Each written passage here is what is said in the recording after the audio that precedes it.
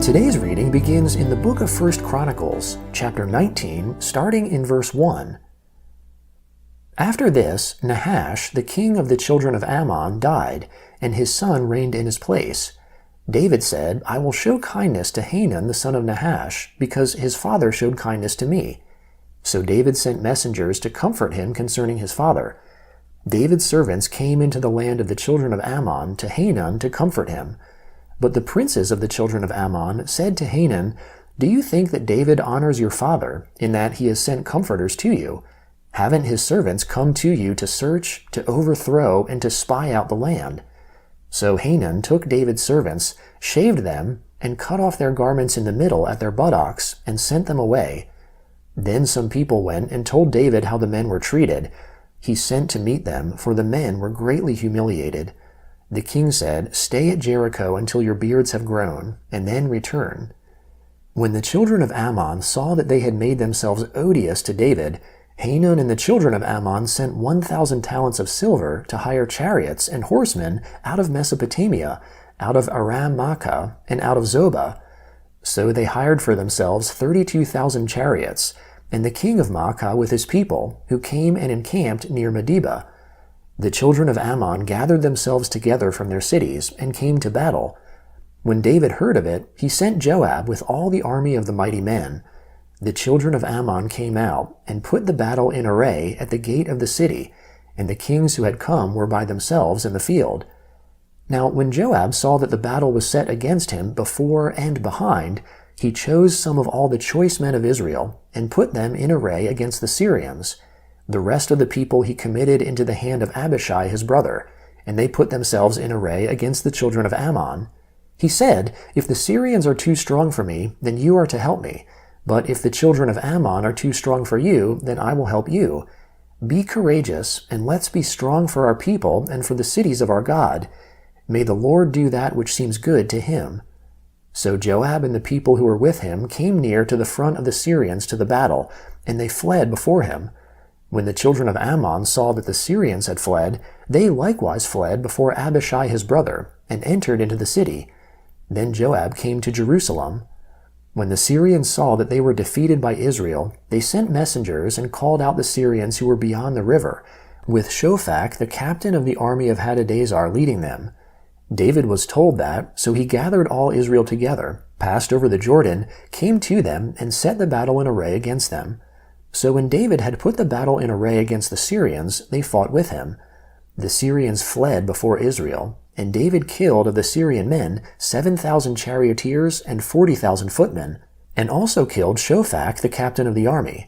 When the servants of Hadadezer saw that they were defeated by Israel, they made peace with David and served him. The Syrians would not help the children of Ammon any more. At the time of the return of the year, at the time when kings go out, Joab led out the army and wasted the country of the children of Ammon, and came and besieged Rabbah. But David stayed at Jerusalem. Joab struck Rabbah and overthrew it. David took the crown of their king from off his head, and found it to weigh a talent of gold, and there were precious stones in it. It was set on David's head, and he brought very much plunder out of the city. He brought out the people who were in it, and had them cut with saws, with iron picks, and with axes. David did so to all the cities of the children of Ammon. Then David and all the people returned to Jerusalem. After this, war arose at Gezer with the Philistines. Then Sibbecai the Hushathite killed Sippai of the sons of the giant, and they were subdued. Again there was war with the Philistines, and Elhanan the son of Jair killed Lami, the brother of Goliath the Gittite, the staff of whose spear was like a weaver's beam. There was again war at Gath, where there was a man of great stature, who had 24 fingers and toes, 6 on each hand and 6 on each foot, and he also was born to the giant. When he defied Israel, Jonathan the son of Shemaiah, David's brother, killed him. These were born to the giant in Gath, and they fell by the hand of David and by the hand of his servants. Satan stood up against Israel and moved David to take a census of Israel. David said to Joab and to the princes of the people, "Go, count Israel from Beersheba even to Dan, and bring me word, that I may know how many there are." Joab said, "May the Lord make his people 100 times as many as they are. But, my lord the king, aren't they all my lord's servants? Why does my lord require this thing? Why will he be a cause of guilt to Israel?" Nevertheless, the king's word prevailed against Joab. Therefore Joab departed and went throughout all Israel, then came to Jerusalem. Joab gave the sum of the census of the people to David. All those of Israel were 1,100,000 men who drew a sword, and in Judah were 470,000 men who drew a sword. But he didn't count Levi and Benjamin amongst them, for the king's word was abominable to Joab. God was displeased with this thing, therefore he struck Israel. David said to God, "I have sinned greatly, in that I have done this thing. But now put away, I beg you, the iniquity of your servant, for I have done very foolishly." The Lord spoke to Gad, David's seer, saying, "Go and speak to David, saying, The Lord says, I offer you 3 things. Choose one of them, that I may do it to you." So Gad came to David and said to him, "The Lord says, take your choice, either 3 years of famine or 3 months to be consumed before your foes, while the sword of your enemies overtakes you, or else 3 days of the sword of the Lord, even pestilence in the land, and the Lord's angel destroying throughout all the borders of Israel. Now therefore consider what answer I shall return to him who sent me." David said to Gad, "I am in distress. Let me fall, I pray, into the Lord's hand, for his mercies are very great. Don't let me fall into man's hand." So the Lord sent a pestilence on Israel, and 70,000 men of Israel fell. God sent an angel to Jerusalem to destroy it. As he was about to destroy, the Lord saw, and he relented of the disaster, and said to the destroying angel, "It is enough. Now withdraw your hand." The Lord's angel was standing by the threshing floor of Ornan the Jebusite. David lifted up his eyes and saw the Lord's angel standing between earth and the sky, having a drawn sword in his hand stretched out over Jerusalem. Then David and the elders, clothed in sackcloth, fell on their faces. David said to God, "Isn't it I who commanded the people to be counted? It is even I who have sinned and done very wickedly. But these sheep, what have they done? Please let your hand, O Lord my God, be against me and against my father's house, but not against your people, that they should be plagued." Then the Lord's angel commanded Gad to tell David that David should go up and raise an altar to the Lord on the threshing floor of Ornan the Jebusite. David went up at the saying of Gad, which he spoke in the Lord's name.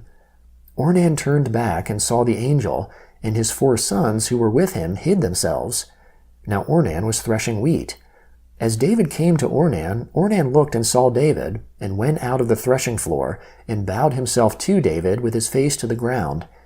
Then David said to Ornan, "Sell me the place of this threshing floor, that I may build an altar to the Lord on it. You shall sell it to me for the full price, that the plague may be stopped from afflicting the people." Ornan said to David, "Take it for yourself, and let my lord the king do that which is good in his eyes. Behold, I give the oxen for burnt offerings, and the threshing instruments for wood, and the wheat for the meal offering. I give it all." King David said to Ornan, "No, but I will most certainly buy it for the full price, for I will not take that which is yours for the Lord, nor offer a burnt offering that costs me nothing." So David gave to Ornan 600 shekels of gold by weight for the place. David built an altar to the Lord there, and offered burnt offerings and peace offerings, and called on the Lord, and he answered him from the sky by fire on the altar of burnt offering. Then the Lord commanded the angel, and he put his sword back into its sheath.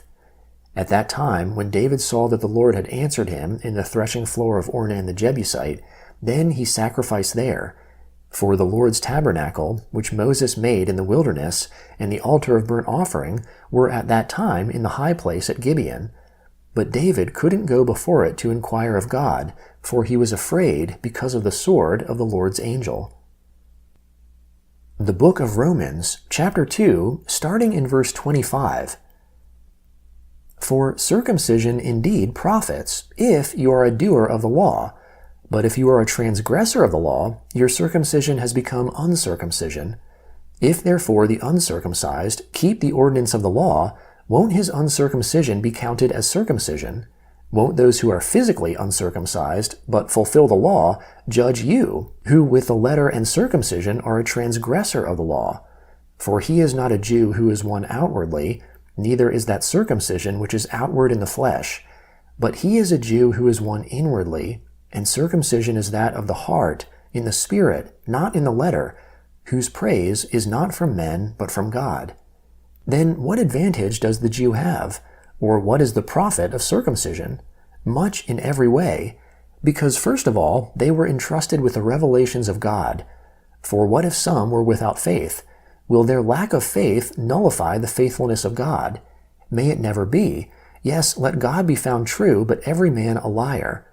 As it is written, that you might be justified in your words, and might prevail when you come into judgment. But if our unrighteousness commends the righteousness of God, what will we say?